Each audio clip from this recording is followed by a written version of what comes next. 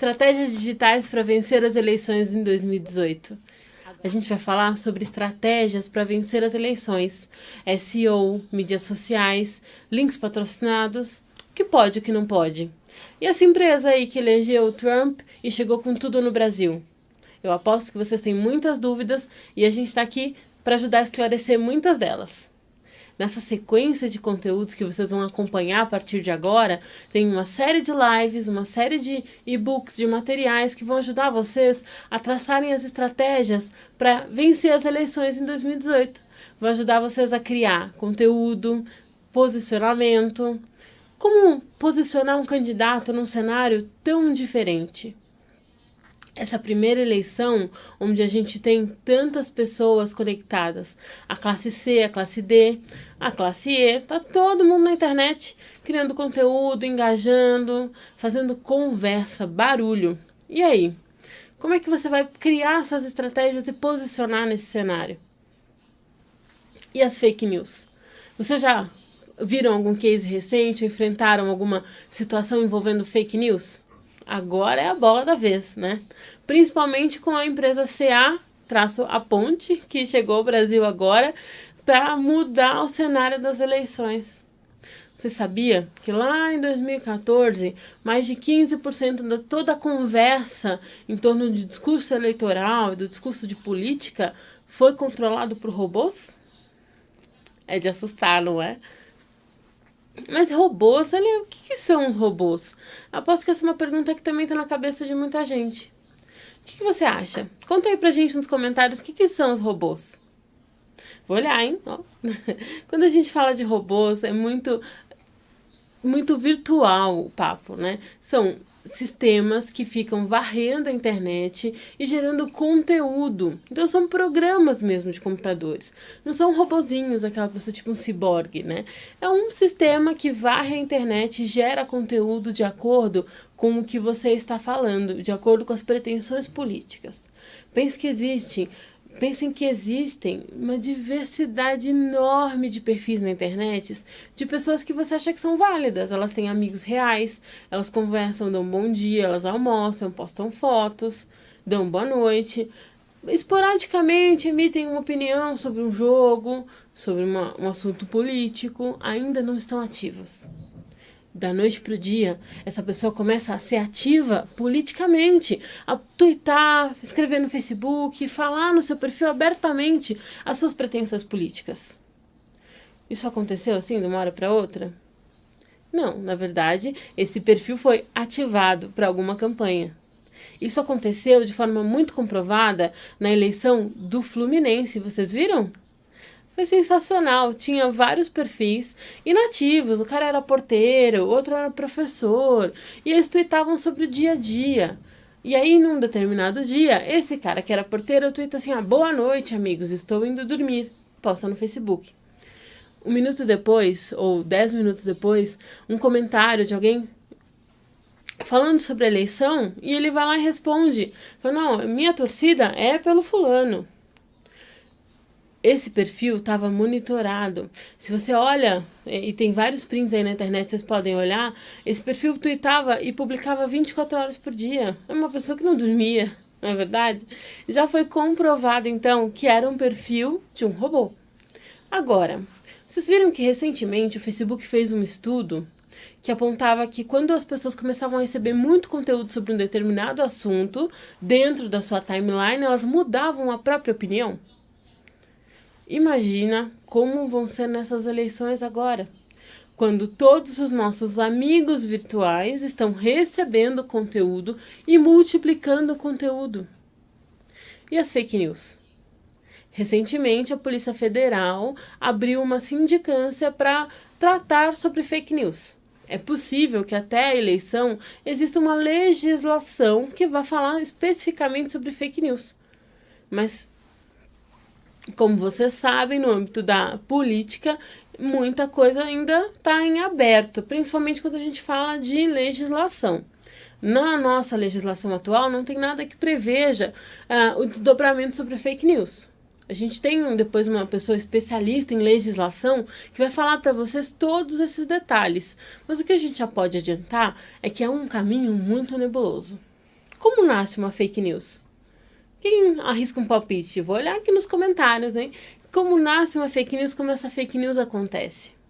É bem importante a gente pensar em quais são os fatores e os fatores aos quais a gente está sujeito, né? Porque você gerenciando uma campanha, você vai receber todo tipo de bombardeio. E você sabe, uma mentira contada muitas vezes por muitas pessoas pode se tornar uma verdade. Já criaram aí alguma estratégia para se prevenir das fake news? Já criaram algum método para responder rapidamente? E formas de ativar a militância? Vocês já pensaram? Pessoal, porque a militância que está toda ali em prol daquele teu candidato, ou que você vai criar o candidato, precisa pensar em uma estratégia para ativá-los, né? Não pode ficar só no grupo de WhatsApp. E para monitorar o quanto essa militância está engajada de verdade? Você sabia que existem já ferramentas que fazem esse engajamento? Que existem ferramentas e softwares que te ajudam a gerir toda a militância? Você pode subir um cadastro deles lá na internet, acompanhar, enviar tarefas e aí você gamifica a própria campanha. Você pode enviar tarefas do tipo, faz uma postagem no Facebook, faz uma postagem no Twitter. E aí pontuar e premiar os militantes que mais engajam nas redes sociais. Isso é tão importante, pensar em formas de como a gente vai, durante o período eleitoral, fazer com que a nossa mensagem chegue nas pessoas. Porque pensa bem, qual é a primeira coisa que vem na tua cabeça quando você fala assim, nossa, marketing político da internet? Eu aposto que uma das primeiras coisas vem criar um perfil no Facebook, né? Uma página. Mas você sabia que o alcance do Facebook orgânico, ou seja, aquele alcance que engaja as pessoas que são fãs da página, hoje é menos que 1%? Vamos repetir. Menos que 1% das pessoas que são fãs da página recebem o conteúdo organicamente. Nossa, mas e os outros 99%? Para isso, o Facebook criou o impulsionamento, que é a mídia dentro do Facebook. Só que no período eleitoral, eu posso fazer impulsionamento? Não posso, né? A legislação brasileira tem regras e conteúdos bem restritos. A gente preparou para vocês um calendário que mostra qual é o período que você pode anunciar, qual é o período que você pode fazer campanha ou declarar campanha. E aí? A gente preparou esse calendário para você, então deixa seu e-mail ou deixa o seu WhatsApp que a gente envia o calendário para você também. Agora, quando a gente fala, voltando aqui para o nosso papo, sobre legislação e internet, Facebook, então pensando que organicamente você não vai alcançar as pessoas no Facebook, por que será que a gente tem que ter um perfil no Facebook, uma página? Importante, né? Vamos pensar um pouco mais nessas estratégias aí. E crowdfunding? Já pensou? Financiamento coletivo de campanha? Já existiu nos Estados Unidos, está funcionando, no Brasil já foi regulamentado. Você sabia que agora você já pode começar a sua arrecadação? Você já tem uma campanha no ar para ajudar, para estar aberto? Você já mapeou quem podem ser as pessoas com potencial para doar na campanha? Esse é o ponto que você precisa começar a pensar já, porque tem um intervalo em que você pode receber esse dinheiro e tem um limite. É até 10% do que a pessoa física recebe ou declara. De que forma? Você já pensou, por exemplo, se você vai usar um sistema, um software que faz arrecadação de dinheiro? Como você vai declarar isso? O candidato ou o partido que recebem a doação via crowdfunding precisa emitir um recibo para a pessoa que doou. Já pensou como é que vai ser isso? Já planejou? A gente está pensando ainda no carnaval, né? Pensando ainda que acabou o Réveillon, o ano acabou de começar. Mas saibam que as campanhas já estão trabalhando. Sabe aquela empresa que elegeu o Trump lá nos Estados Unidos, a SEADA, de qual eu falei agora há pouco? Então, gente, ela já tem cliente no Brasil. Ela já anunciou que uma pessoa que era candidata, 2 candidatos a senadores e me parece um candidato a presidente da República já contratou a CA. E aí? Mas como essa empresa funciona, Elê? Nossa, é um universo, é uma campanha enorme. De que forma eu posso fazer isso na minha campanha que não necessariamente tem a verba que o Trump tinha para a campanha dele? Eu acho que nenhuma campanha tem a verba que a Rússia tinha, ou o Trump, enfim. Aí é um papo para vocês que são especialistas em política, né? Eu sou especialista em marketing digital. O que eu posso falar para vocês é que a forma como a distribuição do conteúdo vai ser feita nessas eleições vai fazer toda a diferença. Que de verdade, post, comentário, interação, pode não ganhar voto, mas mobiliza as pessoas. A gente acompanhou recentemente o movimento Vem Pra Rua, né? O movimento e a forma como as pessoas foram engajadas em algo que elas não necessariamente sabiam o que eram. Não necessariamente elas estavam conscientes do porquê estavam ali. Vocês viram as entrevistas como eram? Os jornalistas perguntavam aos manifestantes: por que você está protestando? Cada um tinha um motivo diferente. Cada um tinha um valor diferente. O fato é que a internet foi capaz de mobilizá-los e de levá-los a uma manifestação. E agora? No ambiente de eleições, onde a gente tem tantas regras ainda pouco claras sobre como vai ser distribuído o dinheiro da internet. E a participação? Quantos por cento da verba de campanha, por exemplo, pode ser destinada à internet? Quantos por cento da verba de campanha pode ser destinada ao impulsionamento de Facebook? E a questão da nota? Pagamento, por exemplo. Está lá claro que depois de um certo período, o candidato não pode mais fazer anúncio no Facebook, não é verdade? Sites, portais, blogs, todos eles vão poder continuar anunciando, não é verdade? Mas e aí? Imaginem que o candidato cria um blog, ou o concorrente, né, o oponente, cria um blog, um site chamado Diário do Exemplo. Ainda vou criar um exemplo para a gente conversar, mas por enquanto vamos lá, Diário do Exemplo. Diário de Paranapanema, que não é um jornal legítimo, é um jornal aqui inventado. Dentro desse veículo ele pode anunciar, ele pode falar. É claro que a propaganda eleitoral dentro de veículos também tem, veículos na internet, também tem um volume. Mas o que é propaganda, o que é notícia? O que é a foto do candidato abraçando aquele cachorrinho bem bonitinho, com o número escrito lá no texto? É propaganda ou é notícia? O que vocês acham? Ó, coraçãozinho para quem acha que é propaganda e uma risadinha para quem acha que é notícia. Quero vocês aí interagindo, hein? Mas é verdade, então, é propaganda ou notícia? Primeira lacuna. Qual que é a segunda lacuna nesse processo todo, gente? É pensar assim, o Facebook ele precisa de dinheiro para funcionar, impulsionamento de anúncio, vocês já devem ter começado a pesquisar ou usar estratégias desse tipo na sua campanha, na verdade? Agora, o pagamento do Facebook é só em reais? Emite nota? Emite, dependendo do valor que você investe. Mas e se eu quiser anunciar no Facebook em qualquer período? Ou se o meu candidato concorrente estiver anunciando em qualquer período? Saibam que qualquer pessoa vai ali até o Uruguai, compra um cartão de crédito internacional pré-pago, que não precisa declarar CPF, porque isso é uma exclusividade do Brasil, para ter um cartão pré-pago, e pode anunciar no Facebook, pode criar campanha. E como é que a gente vai fazer o rastreamento disso? É um desafio agora, que a Polícia Federal está buscando resolver, assim como os órgãos de legislação. O importante é que uma notícia mal colocada, errada, uma fake news, pode influenciar completamente uma campanha. Pode ser a diferença entre vencer e perder. E as crises? Já pensou em quantas crises você vai enfrentar em função das fake news? Saiba e esteja preparado para essas crises, para formas de resposta.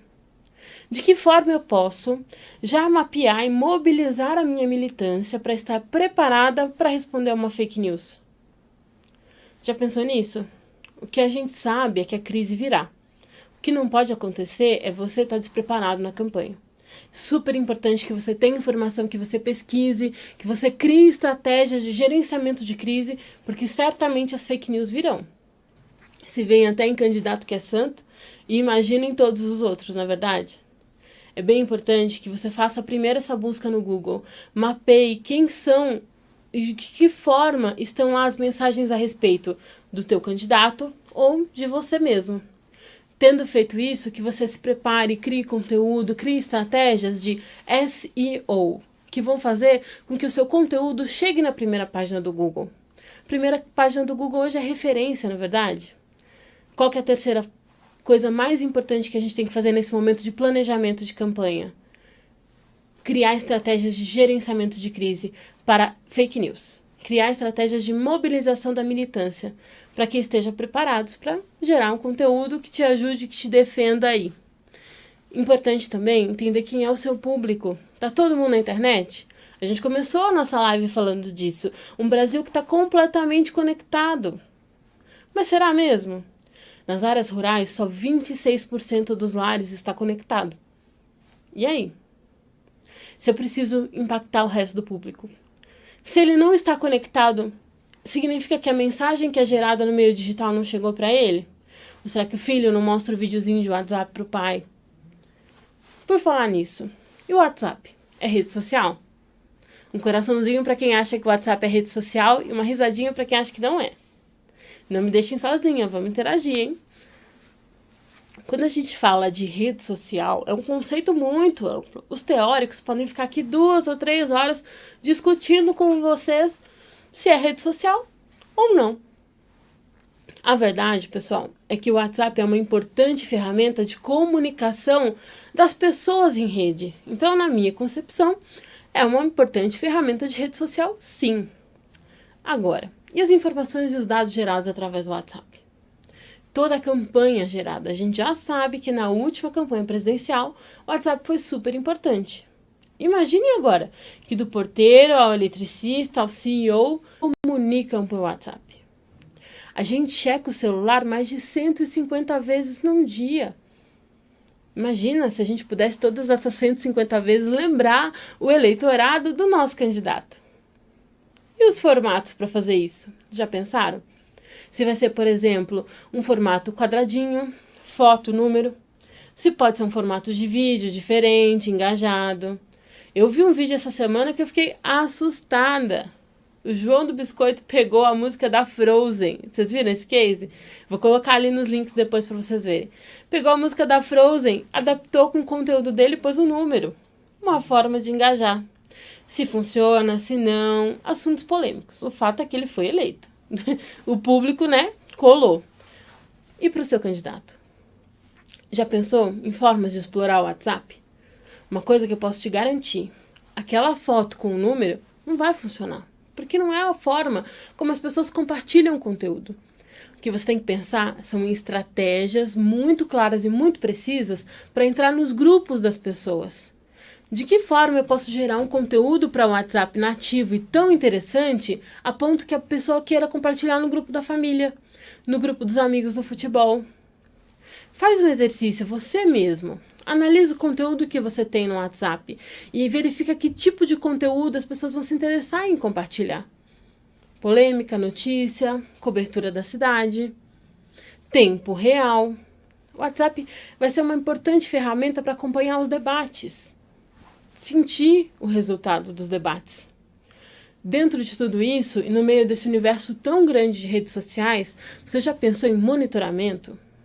Existem várias plataformas e ferramentas de monitoramento de redes sociais, pelas quais você consegue monitorar em tempo real o que é dito sobre o seu candidato nas redes sociais, no Facebook, no Twitter, no próprio Google e em sites de notícias. Tão importante quanto monitorar o seu candidato nas redes sociais é monitorar também os candidatos oponentes, aqueles que disputam diretamente, principalmente para entender o que funciona e o que não funciona. O que está colando na cabeça das pessoas? De que forma você vai fazer para se apropriar daquelas estratégias de conteúdo? Ver quantos desafios a gente tem para essas eleições? A gente está falando aqui por alguns minutos e a gente já percebeu quanto de conteúdo e de conversa em torno de eleições a gente precisa. Quanto de planejamento. O seu time, você já pensou como é que vai ser o time da campanha? E aí o time da campanha tem de todo tamanho, né? Tem o eu-time, muitos candidatos são o próprio time de marketing, de comunicação, e tem um time formado por mais de 30, 40 pessoas. Todas elas estão capacitadas? Já pensou nisso? Já pensou na importância da segurança da informação dentro do seu gabinete, dentro do seu comitê?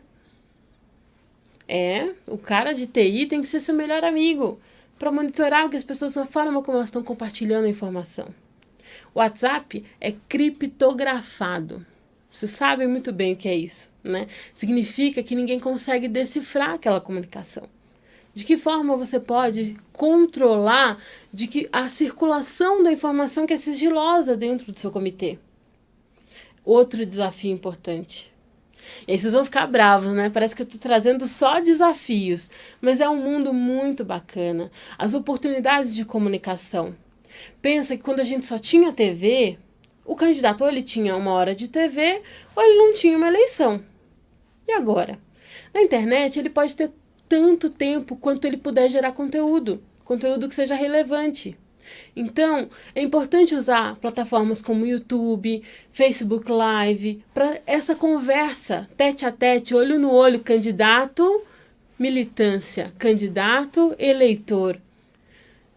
É uma importante ferramenta. É tão importante que a TV, tão importante quanto a TV, ou mais importante que a TV, à medida que é tempo real e à medida de que iguala o tempo das pessoas.